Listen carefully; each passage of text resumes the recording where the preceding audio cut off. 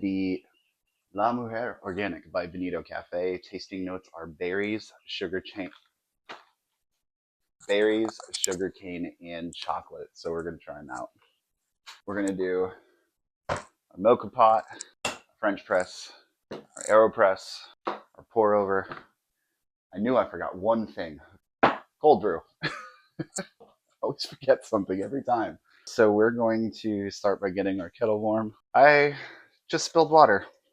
Haven't even started making coffee yet, and it's mess time already. We're gonna get the mocha pot started since that one takes a few minutes as well.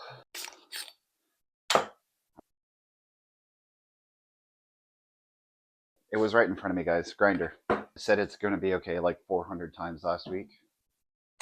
I'm not doing it again today, but it is gonna be okay. I need to get like a funnel for this thing. Does this fit? This might be worse. Spilled beans. It's gonna be okay. You didn't see that. Patience is a virtue. I didn't spill.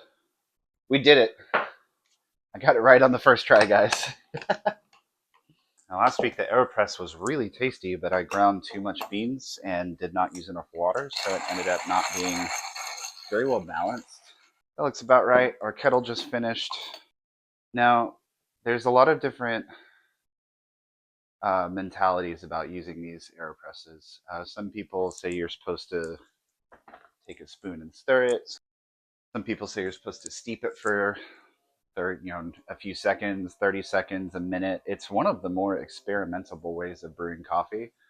You don't have to do it one way or other, and honestly, the answer might be a little different depending on which beans you get. So the AeroPress is a lot of fun. You can make really good coffee with an AeroPress.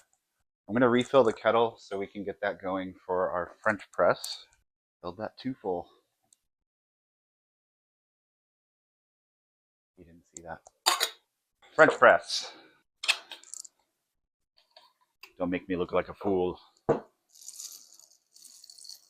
Hey, mocha pot's done. Mocha pot, you're getting B's this week. You're the bee's knees. I might have ground the mocha pot too fine. It's not coming up with the intensity. Is that the right word? It normally would. I love this hand grinder. It's really satisfying to use, even if it's kind of tiring. I got a fancy new scale. I forgot to use my scale for this. I can fix this. Oh, that's the wrong button. 31.8 grams. So I want to go for about 500 grams of water. I was trying to get the water over all the grounds, and I spilled water. I don't know why I'm even doing it upside down. You guys can't see the scale. What am I doing? Spilled water all over that. Now it's on my table. I'm not getting coffee everywhere like normal, but I am spilling water everywhere this week. Milk pot, AeroPress. Now the pour over is really where these scales come in handy. I'm gonna bring this closer. These can get really expensive. This one was not. It was only 30 bucks on Amazon, but it's got a built-in timer. It's got really high sensitivity. The timer specifically is so that you can get your technique right for some of these brews. I'm gonna plunge this. French press, you are getting. Why are you spilling? I think it's just wet. I've got water everywhere. What was I even saying? Pour overs. The whole point of a pour over is to give you complete and total control over the entire brewing process. They're really fun if you get into it. They can also be really stressful if you overthink it. What matters most is that you're enjoying it, the process of making it and the process of drinking it. So if trying to get perfect timing, perfect grams, perfect weights on everything isn't your cup of coffee, then make it a different way. I have a drip machine inside. I literally push a button and it makes the coffee for me. I use it all the time. What I'm trying to make is that if it doesn't bring you joy, why are you even doing it? I really want to get better at making coffee. And every time I make coffee, I try to use it as a learning experience. But ultimately, I don't really think it matters if your pour is a few seconds off, or you have a couple extra grams of coffee, or you didn't grind it exactly to the perfect size. Because at that point, you're sweating the small details. That's 37 grams of coffee. That's a little more than I meant to do. Gonna be okay. Going to do our first pour while we start the timer. The first pour is just about getting some of that trapped carbon dioxide out. They call it the bloom. If you've got good fresh beans, you'll see they start to bubble when you pour that first pour in. I think I'm only going to do 3 pours this week because I don't want to over extract. I really want to bring out the flavor in these beans. I'm not trying to make a huge volume of coffee since I have 5 cups to try and trying to make tasty coffee. $30. There's some brands that you'll see highly reputed. They do almost exactly the same thing. They've got a little bit of added functionality programmed in, but they cost something like $150. Is it going to make better coffee than the $30 scale? Debatable. I always forget my tasting notes. Berries, sugar cane, and chocolate. Let's see. Get the chocolate. It's very rich. This is a lot darker than what I normally go for. I normally prefer really bright coffees personally. The citrusy ones, the very acidic, fruity ones. This is dark, but it's smooth. It's very good.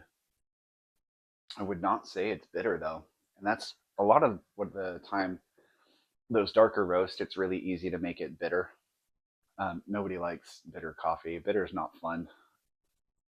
You can make it dark. You can make it nutty, roasty, whatever adjective you want to use. But if it just comes out bitter, it's not good.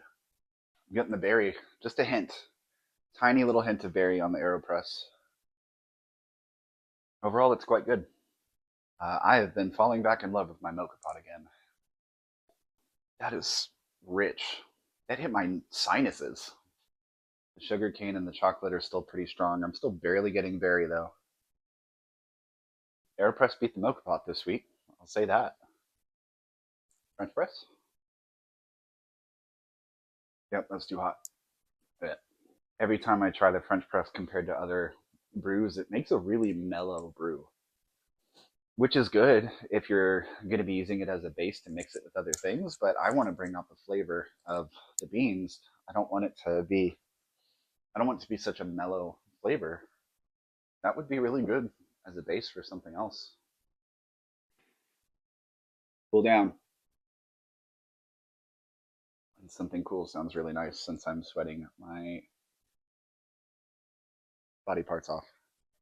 Oh, that's so good. The berry is really strong on the cold brew. Yeah, the cold brew got the flavor on this one perfect.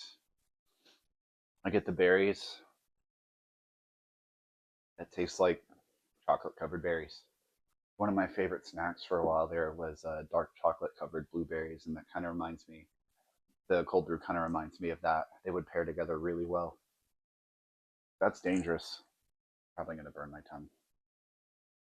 The pour over turned out pretty good. It's a little more balanced than any of the other hot brewing methods. The chocolate isn't quite so strong. It's not quite as dark as like the mocha pot. Pour over turned out pretty good. The berry comes out stronger. If I didn't have any cold brew prepped, then I would definitely take this one on the pour over. Veneto Cafe, you make good beans? Oh, they make a fantastic cold brew. That's really good. I'm going to be finishing you. All right, I'm sweaty. Got lots of caffeine in my system. Happy Sunday. Happy coffee times.